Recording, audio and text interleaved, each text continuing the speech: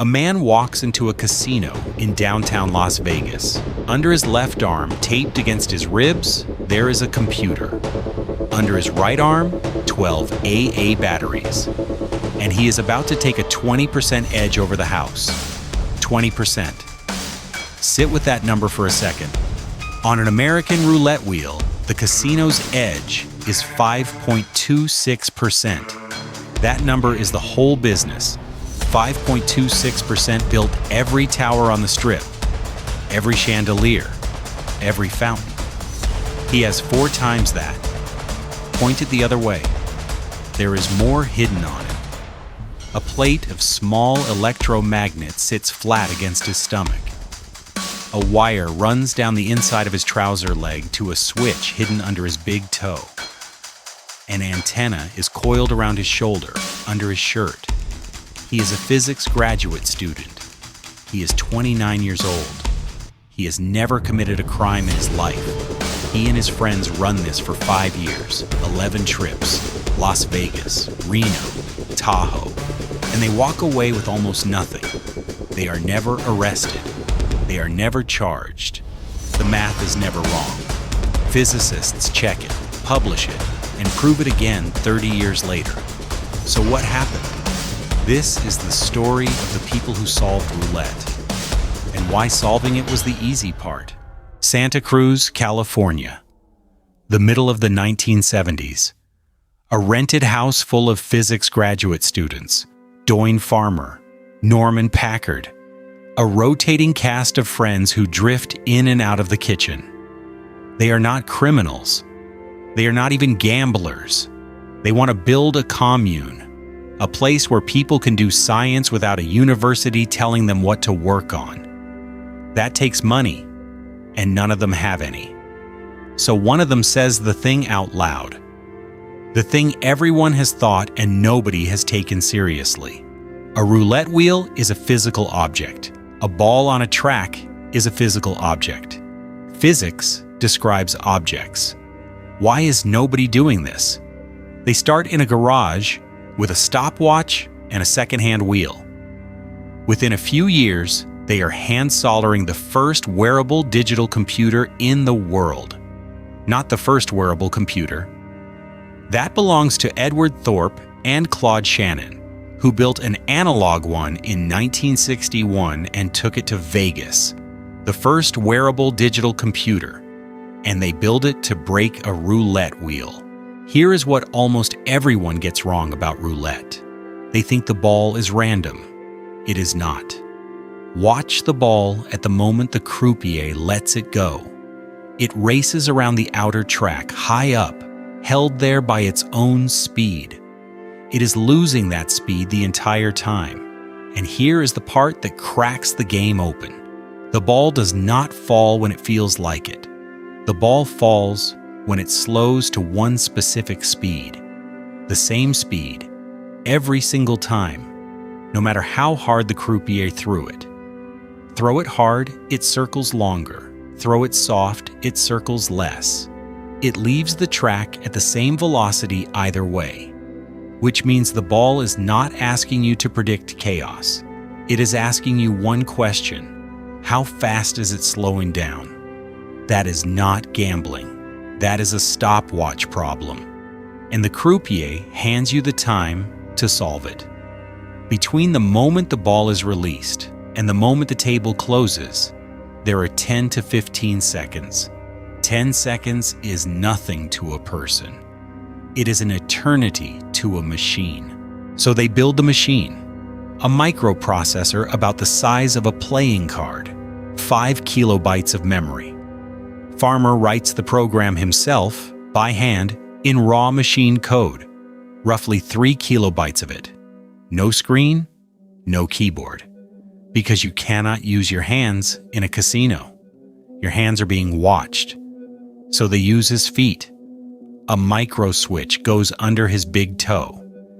He taps it as the ball passes a fixed point on the wheel. Taps again for the rotor. The computer takes the timing straight off his foot. Then it has to answer him. It cannot beep. It cannot flash. So the answer comes back as a buzz. Small electromagnets against the skin, humming at different frequencies. One pattern for one sector of the wheel. He learns to read his own stomach. And it cannot be one person. One man staring at a wheel, tapping his foot. Then suddenly betting is a man who gets noticed. So there are two. One stands at the wheel and takes the data with his toes. The computer runs the numbers. The answer travels across the room by radio to a second person standing somewhere else at the table who places the bet. They never predict a single number. That is physically impossible. The ball hits the deflectors and scatters. They predict a sector, a slice of the wheel. Bet the whole slice and let the edge do the work. 11 trips, Las Vegas, Reno, Tahoe, 5 years. There is one night we can put a date on. November 1981, not the Strip. Downtown in Glitter Gulch, in a second-rate casino called the Sundance. Sawdust on the floor. Slots and craps and a roulette wheel that spins slow and lazy. The kind of wheel that is easiest to read. This is the night they walk in with the entire computer built into a shoe. Years of soldering. Years of dropped signals and motel room repairs and burns. All of it folded down into the sole of a shoe, walking across a cheap carpet in downtown Las Vegas. And every time they walk out of a casino, they walk out with less than the math says they should. If you like watching clever people take on systems far bigger than they are, this is the channel for that. Subscribe and stay with me, because the machine is about to start fighting back. First, let's kill a myth, because almost every version of this story gets it wrong. You will hear that these students had a 44% advantage over the casino. It is repeated everywhere. It was never theirs. 44% is Edward Thorpe's number from his own device back in 1961. It got copied into this story, and it never left. Farmer's own figure, the one he has given consistently for decades, is about 20%. 20 is the real number, and 20 is astonishing. Understand what a 20% edge means. The casino grinds the entire world down with 5.26. Every gambler who has ever walked out broke because of 5.26%. These students had 4 times the house's own weapon in their trousers, and the physics holds.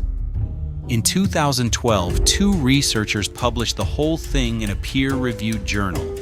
The fixed critical velocity, the decay, all of it. Using nothing but a hand clicker, they measured an 18% edge on a wheel, 30 years after the students, in a laboratory, with a clicker. 18%. They were right.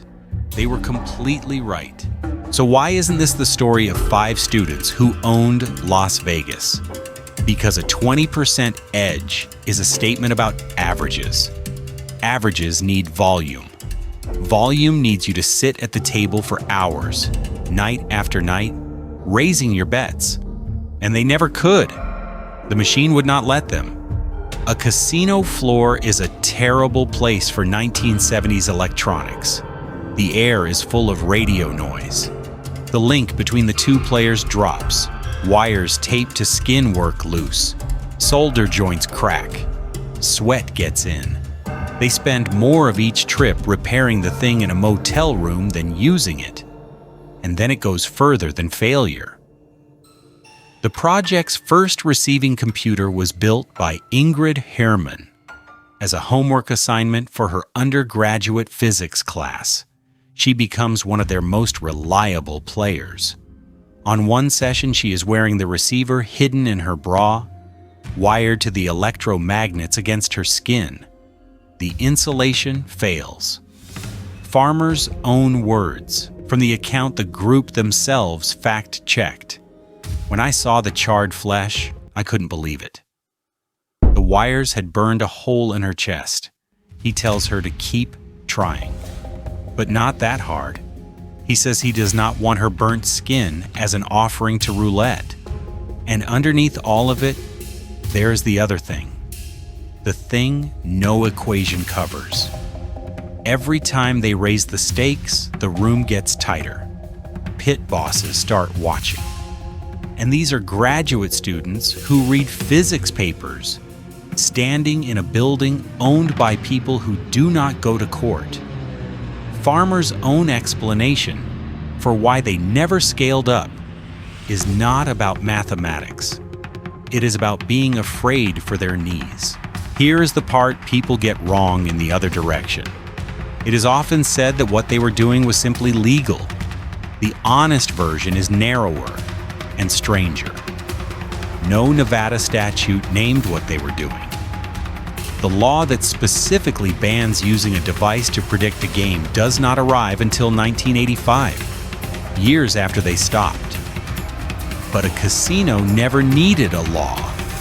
In 1978, right in the middle of all this, a federal court in Nevada settles the question. A card counter sues after being thrown out. He is not accused of cheating. The court's own record notes that counting cards is not cheating and is not illegal. He loses anyway, because a casino is private property. It does not need to prove you did anything wrong. It just needs to walk you to the door. The state never needed a statute. The house only ever needed a doorway. The project winds down. The commune is never built. Ingrid Horman becomes a radio engineer in Berkeley. The others scatter into ordinary lives. Graduate school, other work, other cities. The computer itself survives. You can go and look at it. It sits behind glass in a museum in Paderborn, Germany. 2 centimeters by 7 by 30. A small dead object in a display case. But this is not where the story ends. It is where it turns. Because Doyne Farmer and Norman Packard take the thing they actually learned. That a system which looks random can be predicted if you understand the physics underneath it. And they point it somewhere else. Not at a wheel. At the financial markets. They build a company to do it. And that one works. Think about what that means. The shoe was never the invention. The shoe was the prototype. They walked into casinos for 5 years, burned themselves, hid from pit bosses, and came out with almost nothing to show for it.